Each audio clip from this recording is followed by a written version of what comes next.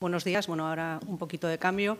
Yo soy oncóloga médica, soy Laura Basterrechea y junto a mi compañera Nayara Sagastibelza nos dedicamos principalmente a los tumores urológicos y os voy a presentar al doctor Durán, que también es oncólogo médico de prestigio, que actualmente trabaja en el Hospital Universitario de Marqués de Valdecilla. A lo largo de su carrera ha trabajado en diferentes hospitales y centros de investigación, tanto nacionales como internacionales, y hoy nos va a contar el papel actual, cómo está la inmunoterapia en el cáncer de vejiga avanzado. Muchas gracias, Laura, por la amable invitación. Muchas gracias al comité organizador. Juan Pablo, muchas gracias por invitarme a esta reunión tan interesante. Y todavía se me caen las lágrimas de recordar la cena de ayer en la Sociedad Gastronómica. Inolvidable. Muy bien. Bueno, pues en los próximos 20-25 minutos voy a hablaros un poquito de inmunoterapia en cáncer de vejiga avanzado. Estos son mis conflictos y estos son los objetivos que yo me marcaba. Vale. Estos son los objetivos que me marqué cuando estaba preparando la charla, era revisar un poquito la historia reciente de la inmunoterapia en cáncer de vejiga avanzado. Bueno, compartir con vosotros los últimos resultados y cómo se integran ahora mismo en el tratamiento del cáncer de vejiga, entender cómo de los datos iniciales que llegaron hace unos años, cómo han ido madurando y qué implicaciones tiene eso ahora mismo en nuestra práctica clínica habitual. Este es un poquito el esquema que vamos a seguir. Empezaremos con una breve introducción para luego ir desgranando paso a paso todos estos contenidos. Bueno, no mucho que deciros sobre esto. Yo creo que conocéis bien la epidemiología del cáncer de vejiga y además ha sido repasada de forma brillante esta mañana. Simplemente que recordemos que a veces es un tumor al que pensamos que no se le da la relevancia suficiente, pero que está ahí entre los 5 tumores, desde luego, más frecuentes en nuestro ámbito y que 1 de cada 13 varones en España va a desarrollar un cáncer de vejiga a lo largo de su vida. Que desde luego el cáncer de vejiga, como sabéis muy bien, se presenta en distintos escenarios, la enfermedad no músculo-invasiva, la enfermedad músculo-invasiva y la enfermedad metastásica.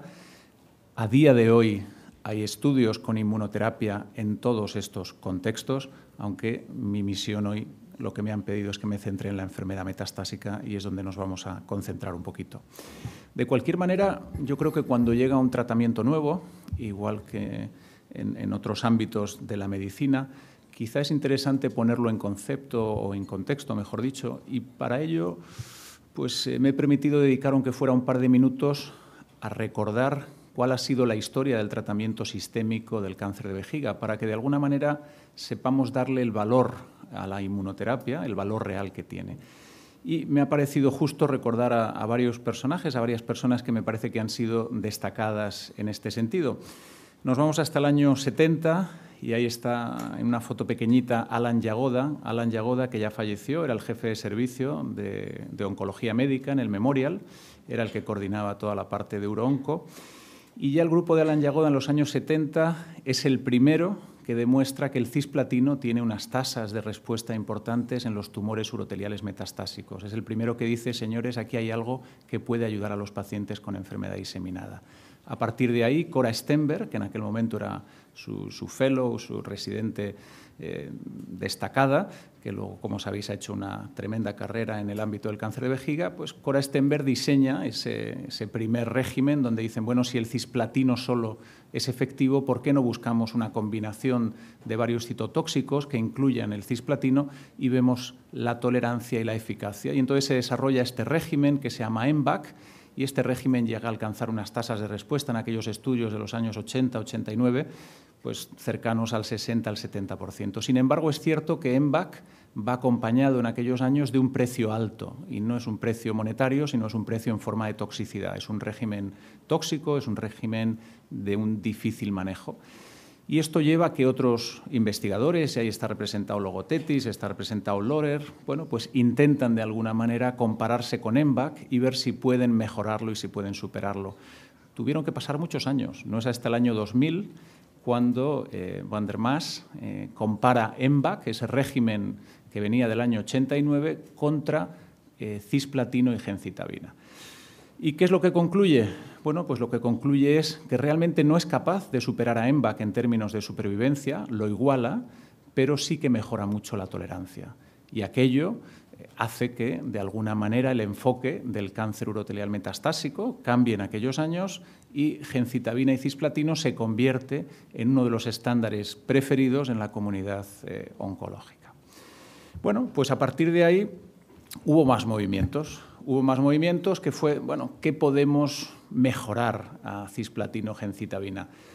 Bueno, pues hubo un intento del grupo griego con cisplatino y docetaxel, que no terminó de ser exitoso. Cora Stenberg lo que hizo fue mejorar su régimen del año 89 y diseñar el que se llama dosis densas de MVAC, que administra los tratamientos en un régimen temporal distinto, acompañado de factores de crecimiento, lo cual al final mejora la tolerancia y mantiene unos niveles de eficacia elevados. Por lo tanto, hoy en día, y por eso lo pongo en verde, es uno de los regímenes que se utilizan en enfermedad avanzada y en neoadyuvancia, las dosis densas de MVAC.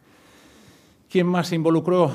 Bueno, pues tenemos un autor español, Joaquín Belmún, que intentó añadir un fármaco más a cisplatino-gencitabina, el famoso triplete con Taxol, y realmente el estudio fue negativo, aunque luego si se analizaban algunas poblaciones concretas sí parecía añadir algo. La realidad es que es un régimen que no ha llegado a tener una penetración importante en la comunidad urooncológica y no lo utilizamos con demasiada frecuencia.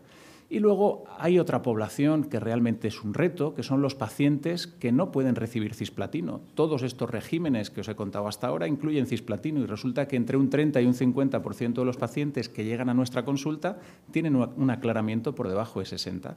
Bueno, pues a este grupo se dedicó mucho María de Santis a través de la ORTC y María de Santis es la responsable de que en ese grupo de pacientes hayamos adoptado un régimen que se llama carboplatino-gencitabina y es lo que hemos manejado.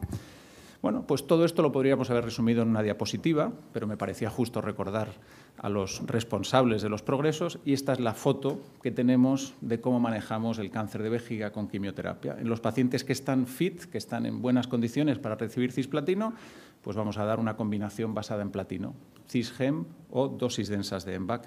Y hay que saber que esto funciona y hay que saber que esto tiene unas tasas de respuesta en torno al 50%, el 60% según los estudios y que conseguimos unas medianas de supervivencia en primera línea cercanas a los 15 meses. En la foto de la derecha, pacientes inelegibles, el escenario es un poquito menos optimista. Utilizamos carboplatino-gencitabina, tasas de respuesta que son razonables en torno a un 40 o un 45, pero desde luego los datos históricos nos hablan de unas supervivencias pobres por debajo de los 10 meses. Y si vamos a la segunda línea, ¿con qué hemos convivido en ese contexto? Bueno, pues hemos convivido con pocas cosas y francamente mejorables. Esta es una tabla que no pretendo que leáis con detalle, por eso he señalado solo con dos flechitas, que resume en esta tabla una serie de estudios que se han hecho en la segunda línea. Algunos son estudios con quimioterapia nada más, algunos son estudios que combinan quimioterapia con nuevas estrategias y realmente todo podríamos resumirlo diciendo que ninguno de estos regímenes de quimioterapia realmente han sido muy satisfactorios en la segunda línea, que hace años, en base a un estudio fase 3 que era negativo en el análisis por intención de tratamiento, se aprobó la vinflunina y que la vinflunina nos da 3 meses de supervivencia libre de progresión y apenas 7 meses de supervivencia global. Y es esto lo que teníamos en segunda línea hasta hace muy poquito.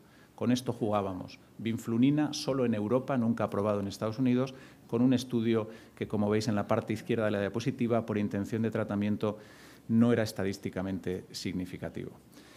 Bueno, pues esta sería la cuartilla que le dejaría al residente si tiene que pasarme la consulta. Hace un par de años, este es el menú. Pacientes en primera línea, si son fit, cisplatino-gencitabina, si son unfit, carbogem, si es una segunda línea, vinflunina. Con esto vivíamos hasta hace poquito.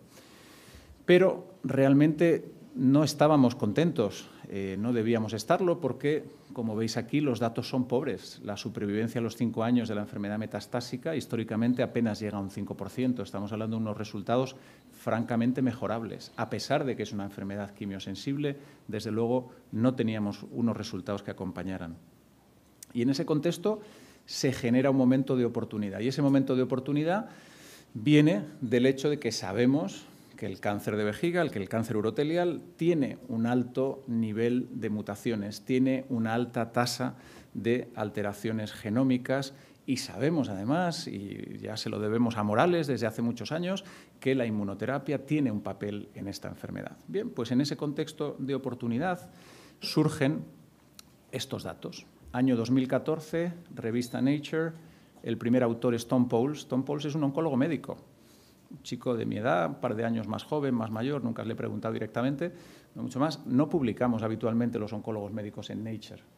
Son revistas de un gran impacto y que están más centradas en realmente datos muy rompedores. ¿Por qué esto llega a Nature en 2014? Esto es un estudio fase 1 en el cual hay en torno a unos 50, 60 pacientes con cáncer urotelial avanzado, muy pretratados, o sea, no eran segundas, terceras, cuartas, quintas líneas, donde se encuentran que administrándoles un fármaco, que en aquel momento se llamaba MPDL-3280, que hoy se llama atezolizumab, hay unas tasas de respuesta del 50%. Y además parece que hay una señal que se llama PDL1, que aquellos que tienen más PDL1 responden mejor, que son los verdecitos. Entonces, aquello es rompedor. Si uno mira para atrás y dices que no teníamos nada hasta ahora, es que lo que teníamos era un fármaco que se aprobó con pinzas y que daba 6 meses, 6,9 meses de supervivencia, y aquí me estás hablando de un 50%, aquello realmente fue rompedor. Han pasado 4 años. ¿Qué ocurre a partir de aquellos primeros datos publicados por Powles y colaboradores en Nature? Bueno, pues lo que ocurre es que se inicia una carrera. Se inicia una carrera de las compañías. Cada compañía tiene su fármaco y tenemos esta familia de fármacos que llamamos inhibidores de los puntos de control, donde están atezolizumab, donde está pembrolizumab, donde está nivolumab, donde está avelumab, y todos ellos compiten con sus estudios. Generalmente son estudios fase 1, estudios fase 2, y esto da lugar a una explosión de publicaciones. Y como veis, además, publicaciones que la más baja es un Lancet, o es un New England, o es un Nature, o sea, publicaciones de un gran alto impacto. No os voy a volver locos con todos estos datos, os los podría resumir así. Básicamente, estos fármacos benefician a 1 de cada 5 pacientes. Hemos ido afinando, hemos pasado de esa primera señal con el 50% de respuestas a saber que se beneficia en torno al 20%. Si os leéis todos esos papers un fin de semana, llegaríais a esta conclusión, de un 15 a un 20% de tasas de respuesta. Eso sí, aquel que se beneficia durante mucho tiempo, cosa que no veíamos antes, ¿vale? Tenemos pacientes que están vivos el 50% a un año, pero estos datos con más seguimiento siguen siendo muy destacables. ¿Qué ocurrió en esa carrera? Que de esa carrera en la que salieron tantos caballos, hubo 2 que realmente destacaron porque llevaron sus fármacos a la fase 3. El primer caballo pues, fue pembrolizumab, que en este estudio, que es un estudio básicamente de cáncer urotelial avanzado, pacientes que habían recibido 1 o 2 líneas previas basadas en cisplatino, se randomizan a recibir lo que el investigador eligiera en términos de quimioterapia, malas opciones todas, pero las que teníamos, o pembrolizumab. ¿Qué ocurre? No os voy a entretener mucho con los datos de la población, que eran bastante estándares, pero lo que ocurre es que pembrolizumab lo que demuestra es un beneficio, sobre todo muy importante, long-term benefit. O sea, es un beneficio que, como veis, esas curvas, vamos a ver si soy capaz de señalarlas por aquí, ¿vale? Como veis, estos son 2 años y tenemos casi el 30% de los pacientes vivos, ¿vale? El tratamiento con Pembro 10,3 meses frente a 7,3, hazard ratio 0,70, o sea, un 30% de reducción en el riesgo de la mortalidad, y además aquellos pacientes que responden, como digo, es una respuesta muy duradera. Ese es un estudio. Tenemos al caballo número 2, que fue atezolizumab, el que inició toda esta explosión y el que probablemente hoy en día tiene más pacientes tratados con cáncer de vejiga metastásico.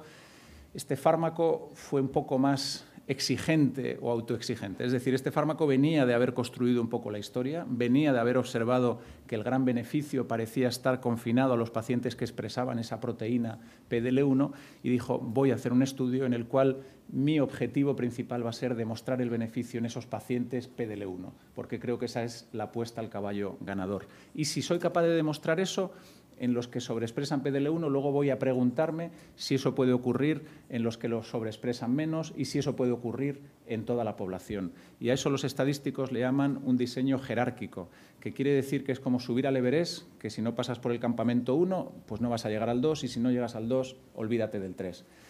Bueno, pues fueron muy exigentes, tienen una población típica, y el problema es que, si bien veis que hay una diferencia numérica a favor de la inmunoterapia, este estudio fue estadísticamente negativo y, como era un diseño jerárquico, no pudieron contestar otras preguntas que, de hecho, salen positivas en la intención de tratamiento. Bueno, ¿cómo interpretamos esto? Os vuelvo a recordar a la la cola de la curva y aquí vemos lo que está ocurriendo en pacientes que llevan 24 meses, que son 2 años, fijaros en azulito, todavía vivos en la rama de atezolizumab. Por lo tanto, es un estudio estadísticamente negativo, pero que desde luego también nos transmite un beneficio sostenido en el tiempo e importante. ¿Cómo se traslada esto? ¿Cómo hemos incorporado esto nosotros a la práctica clínica? Bueno, he elegido esta foto, como podía ser cualquier otra. Estas son las recomendaciones de la NCCN, que lo que te dicen es, en pacientes con tumores uroteliales en segunda línea, mire usted, elija pembrolizumab con categoría 1 y, mire usted, tiene otras alternativas que son estos otros fármacos, ¿de acuerdo? ¿Hay otros regímenes? Sí, estos en Europa, y si no funciona la inmunoterapia, pues te da una serie de alternativas. Muy bien, pues ya hemos visto lo que ha ocurrido, y ahora veremos cómo ha madurado, lo que ha ocurrido, lo que ocurrió en la segunda línea en cáncer de vejiga.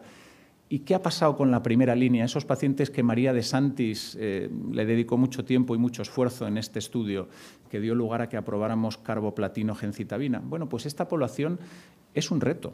Primero, porque son más pacientes de los que realmente podamos imaginarnos. Segundo, porque son pacientes que llegan con opciones limitadas. Tercero, porque son pacientes que suelen estar enfermos, muy enfermos. Bueno, pues aquí también ha habido una carrera que se ha centrado fundamentalmente en 2 estudios con 2 fármacos que ya os suenan. Uno de los estudios es con pembrolizumab. Estos 2 estudios son estudios fase 2 de una sola rama, ¿de acuerdo? En el estudio de pembrolizumab, 350 pacientes, unas tasas de respuesta un poquito más bajas en general que las de la quimio, pero sin embargo una duración de la respuesta muy prolongada, que es lo que viene a representar estas curvas que ahora nos gustan mucho a los oncólogos, y la mediana de supervivencia, como veis, en torno a los 11 meses, que está por encima de lo que María de Santis había conseguido con su régimen de carboplatino y gencitabina, y aunque no está aquí incluido, con un perfil tóxico bastante favorable.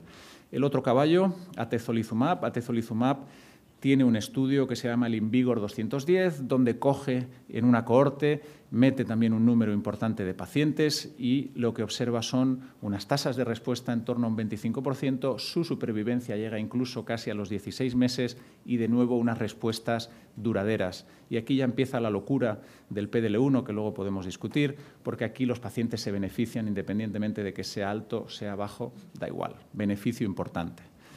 Por lo tanto, con estos resultados, estos 2 estudios, insisto, 2 estudios fase 2 de una sola rama, pero en un entorno en el que no disponíamos de buenas opciones, pues las agencias reguladoras aprueban estos fármacos y dicen, señores, aprobamos pembrolizumab y aprobamos atezolizumab. ¿En quién? En los pacientes metastásicos en primera línea que no pueden recibir cisplatino. Y esta es la situación que teníamos hasta hace poquito. Y, de hecho, esto se reflejaba así en las guías de tratamiento que manejábamos. Esta es una de ellas y, como veis, pues la quimio seguía teniendo su papel en los pacientes que eran elegibles en primera línea y aquellos que no, pues atezo, pembro y, cuando progresaban a la quimio, pues todo este grupo de inmunoterápicos.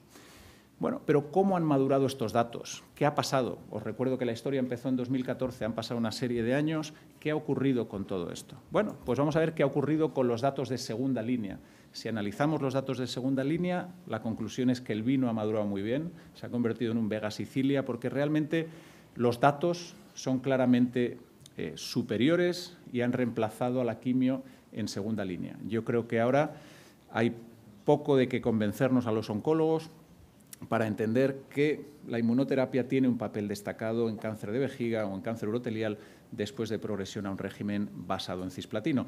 Y esto se ha confirmado cuando hemos ido actualizando los datos de los estudios iniciales. Dicho esto, creo que hay que ser crítico y que hay que plantearse si esto es café para todos, que la respuesta es no, no debería ser café para todos. Debemos siempre pensar y debemos analizar con un espíritu crítico los datos y, como os he contado al principio, este tratamiento no beneficia a todos los pacientes, a un 15, a un 20, a un 25 si eres muy optimista. Hay un fenómeno que hemos observado, que aunque no es extraordinariamente frecuente, ocurre a veces, que es la hiperprogresión, pacientes que tratamos con inmuno y parece que su enfermedad, boom, se inflama y empieza a crecer. Hemos visto que los pacientes que tienen enfermedad hepática, que tienen factores de mal pronóstico, como es el tener un pobre performance, como es el tener anemia, tienden a beneficiarse menos de estos tratamientos. Todavía no tenemos muy claro cuál es el beneficio en upper tract versus vejiga y estamos peleándonos por encontrar biomarcadores predictores de respuesta. Esto hay que tenerlo también presente. Y luego no nos olvidemos que tenemos datos de quimio después de utilizar inmuno y hay datos tan sólidos como los que veis aquí, que la quimio, digamos, en una tercera línea llega a rescatar hasta un 30% de los pacientes. Por lo tanto, estupenda maduración de los datos de segunda línea, pero no tiremos tampoco las campanas al vuelo. ¿Qué ha pasado con la primera línea? Os recuerdo que EMA y FDA había aprobado Atezo y Pembro para los pacientes en primera línea que no podían recibir cisplatino. Muy bien, estábamos muy contentos. Esto era una aprobación a nivel FDA, a nivel EMA, pero hace unos meses llega un aviso de las entidades regulatorias diciendo que, ojo, atención, porque en base a los datos de que no pueden recibir cisplatino, pero que tengan una alta expresión de PDL1. Salvo en América, que siempre se buscan un plan B y puedes colar a quien quieras porque se buscan una frase que dice o aquellos que no pueden recibir ninguna quimio, que es un poco flexible. Pero el mensaje sería, limitan la indicación de estos fármacos. Por lo tanto, fijaros que hemos tenido datos muy interesantes en estos años, pero que todavía nos quedan algunas preguntas que contestar para terminar de hilar un poquito dónde colocar la inmunoterapia. La primera de ellas sería seleccionar a los pacientes. ¿Cómo seleccionamos a nuestros pacientes? Me encantaría poder daros una respuesta concreta, pero esto es probablemente una de las áreas donde ahora mismo las compañías tienen un mayor nivel de inversión. Todas las grandes compañías que producen inmunoterápicos tienen ahora mismo una unidad dedicada a biomarcadores. Los biomarcadores podemos buscarlos en la célula tumoral, podemos buscarlos en el microambiente, podemos buscarlos en la microbiota, podemos buscarlos en distintos sitios. Ahora mismo no hay nada perfectamente establecido, con matices que podemos discutir luego, para predecir la respuesta en nuestros pacientes. ¿Y qué me decís de utilizar algo que ya es válido? Sabemos que la quimio es activa, a lo mejor resulta que es mejor combinar o secuenciar. Bueno, pues tenemos un número de estudios que van a cambiar completamente el escenario y esto posiblemente va a ocurrir en los próximos, yo diría que no más de 6 o 8 meses. Si el año que viene hacemos Duo 14 y Juan Pablo me invita, digo, esta charla seguramente habrá cambiado porque estos estudios ya habrán tenido una interpretación y una lectura. Y son estudios que, como veis, lo que hacen es valorar la inmuno en primera línea, pero no la inmuno sola, sino que en estos estudios hay un brazo de inmuno sola, pero hay un brazo de inmuno combinado con quimio y en algunos casos, como veremos más adelante, hay inmuno seguida, quimio seguida de inmuno. O sea que estamos tratando de contestar, y esto está todavía cociéndose, cuál es el papel que va a jugar la combinación o la secuenciación. ¿Qué más nos queda? Bueno, pues definir los mecanismos de resistencia. Los primarios, ese paciente que le das la inmuno y no le vale para nada, ¿qué le ocurre a ese paciente que realmente no se ha beneficiado? Y un punto importante, realmente, pues hay que tener presente que algunas de estas toxicidades, que además son toxicidades que muchas de ellas no estamos acostumbrados a manejar porque son relativamente nuevas, pueden tener un impacto como es llegar a producir la muerte.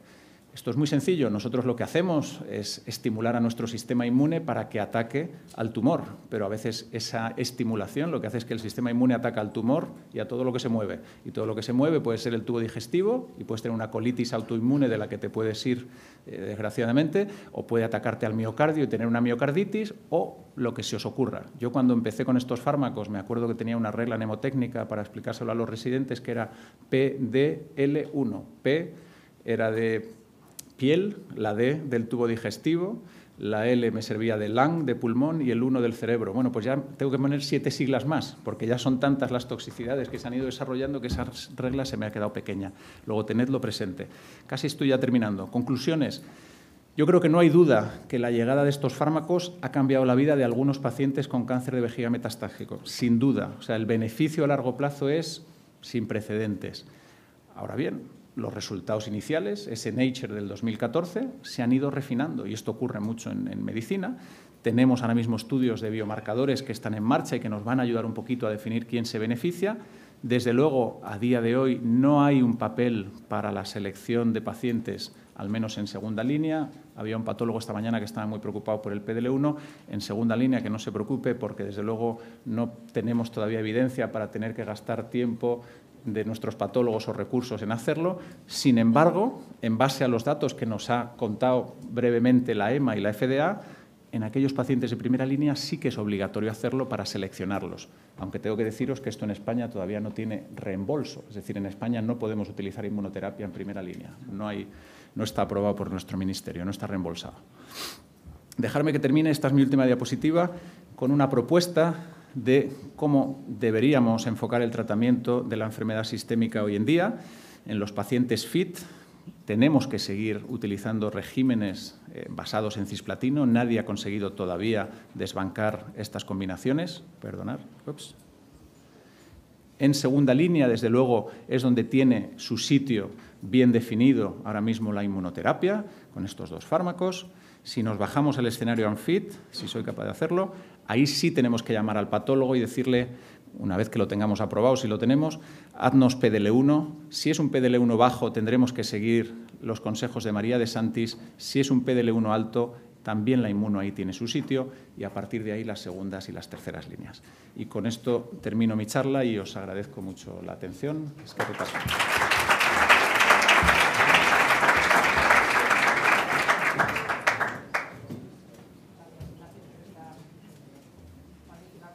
No sé si alguien tiene alguna pregunta en la sala.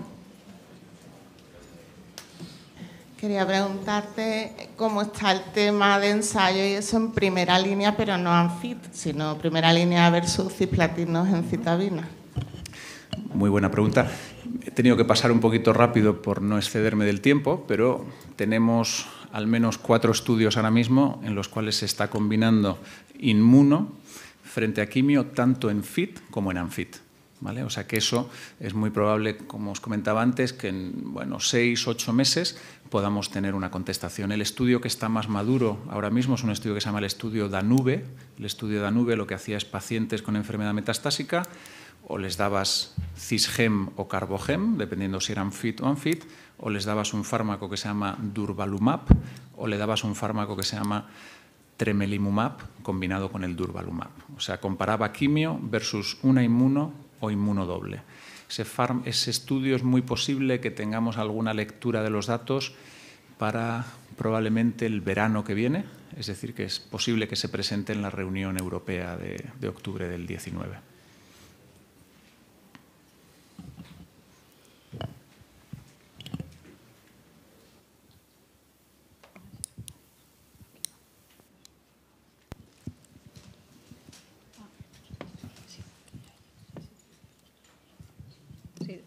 Doctor Solsona. ¿Sí? Vale. Bien, yo quisiera hacerte 2 preguntas. En primer lugar, cuando inicias un tratamiento en un paciente diseminado con inmunoterapia, ¿se puede interrumpir? ¿Se debe interrumpir? Me gustaría conocer tu opinión porque se ha escrito mucho al respecto. Y en segundo lugar, pues, quiero dar un paso adelante en su utilización en adyuvancia y en la neoadyuvancia. Realmente quisiera conocer tu opinión porque, bueno, parece ser que a pesar de que hay muchos estudios en marcha, en la adyuvancia podía tener menor sentido, dada la baja expresión de antígenos tumorales, ya que estamos hablando de micrometástasis e incluso de no metástasis, mientras que la inmunomodulación necesita una amplia expresión de antígenos tumorales. Muchas gracias, Eduardo. Las 2 preguntas son muy buenas. La primera pregunta es sobre la duración y la respuesta es nadie tiene una respuesta concreta. Obviamente las compañías cuando empezaron a diseñar estos estudios pues tratamos hasta la progresión. Pues, cuanto más fármaco, pues más vendemos, mejor, ¿no? Más prolongado. A partir de ahí, la comunidad científica empezó a preguntarse, bueno, ¿realmente cuán necesario es seguir estimulando al sistema inmune cuando tú has hecho ya un primer ataque en condiciones? Y esto dio lugar a 2 corrientes. La primera corriente es que ya hay estudios que se han diseñado con una fecha de inicio y una de fin. Los estudios más recientemente diseñados, sobre todo los de una compañía, ponen el límite en 24 meses. Se hace tratamiento solo durante 2 años. La siguiente corriente es algunos médicos, cuando observan a pacientes que han alcanzado una respuesta completa, se atreven a detener el tratamiento. Y estamos intentando ver eso qué efecto tiene. Sí sabemos algunos datos que todavía tienen un grado de evidencia bajo porque son de la experiencia personal de investigadores, pero cuando tenemos algunas reuniones de grupos o en reuniones de asesoría y demás, Parece que los pacientes que alcanzan, digamos, una estabilización de la enfermedad e intentas hacer eso, parar el tratamiento, no van bien.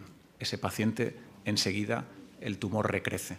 Pero sí que parece que el paciente que alcanza una respuesta completa pudiera tenerlo, ¿vale? Pero todavía es hipotético. O sea que esa pregunta no la tenemos contestada, pero es muy buena. La siguiente pregunta, también muy interesante desde el punto de vista científico y además viene muy a tiempo porque el sábado se presentó en ESMO los resultados de un estudio de neoadyuvancia, que como tú dices tiene mucho más sentido biológico porque la estimulación parece que es más lógica, ¿no? Tienes el tumor puesto produciendo antígenos tumorales. Este estudio que se presentó el sábado se llama el estudio PURE o PURE y es un estudio del grupo de Milán de un investigador que se llama Andrea Necchi. Ellos lo que hicieron es pacientes que iban a ir a cistectomía, que estaban fit para recibir platino, pacientes que en nuestro centro hubieran venido a hacer dosis densas de EMBAC o en otros centros CISGEM, les dieron 3 ciclos de pembrolizumab cada 3 semanas y los llevaron a cirugía. Bueno, pues los resultados son muy sorprendentes porque tienen unas tasas de respuesta patológicas completas en torno al 40 y tantos %, que supera a la quimio en general, pero si no te quedas contento del todo, que te he visto con el gesto torcido, cuando seleccionan por PDL1 suben hasta el 54% las tasas de respuesta completa y el downstaging, que también se ha visto que tiene un impacto pronóstico, está incluso por encima de ese valor. Es decir, que ese estudio, cojámoslo también con la prudencia de que es un estudio de una sola rama, que son 50 pacientes, es decir, que yo no creo que sea de momento practice changing, no nos va a cambiar cómo hacemos las cosas, pero la señal es muy fuerte. O sea, la señal es tan potente como que podemos inducir unas tasas de respuesta patológicas muy altas en una población de pacientes seleccionada y con una toxicidad bastante aceptable y parece que sin impacto en la cistectomía. Cuando me refiero a impacto en la cistectomía es que no hubo retrasos, todos los pacientes en este estudio fueron a cistectomía y no refirieron complicaciones quirúrgicas más elevadas de lo habitual. Mi crítica a ese estudio es que todavía es un poco temprano porque hay una cosa muy importante en la toxicidad de estos fármacos, que algunos efectos aparecen de manera temprana, pero otros aparecen de forma diferida. Entonces, ¿cómo va a afectar esto a esos pacientes? No lo sé.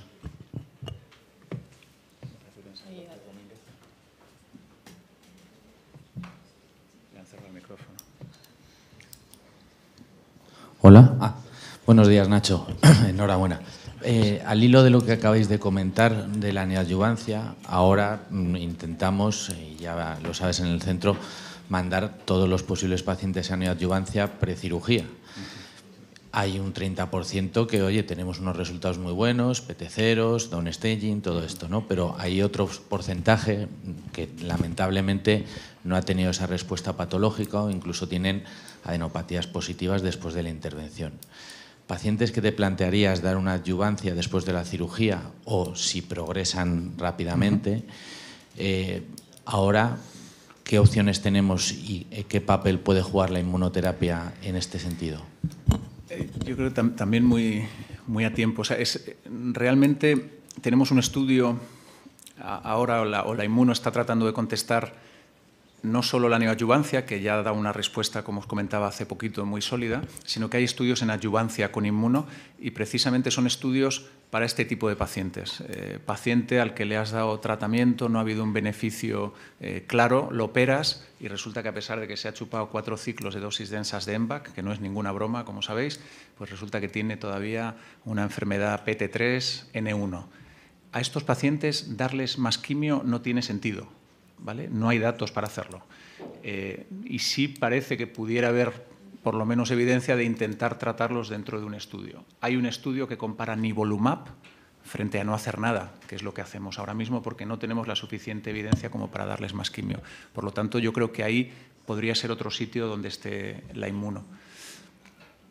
Eduardo, me parece. Ya lo siento, pero me han dicho que ya que no podemos hacer más preguntas, que vamos tarde, sino luego en el debate a la tarde. Vale. Gracias.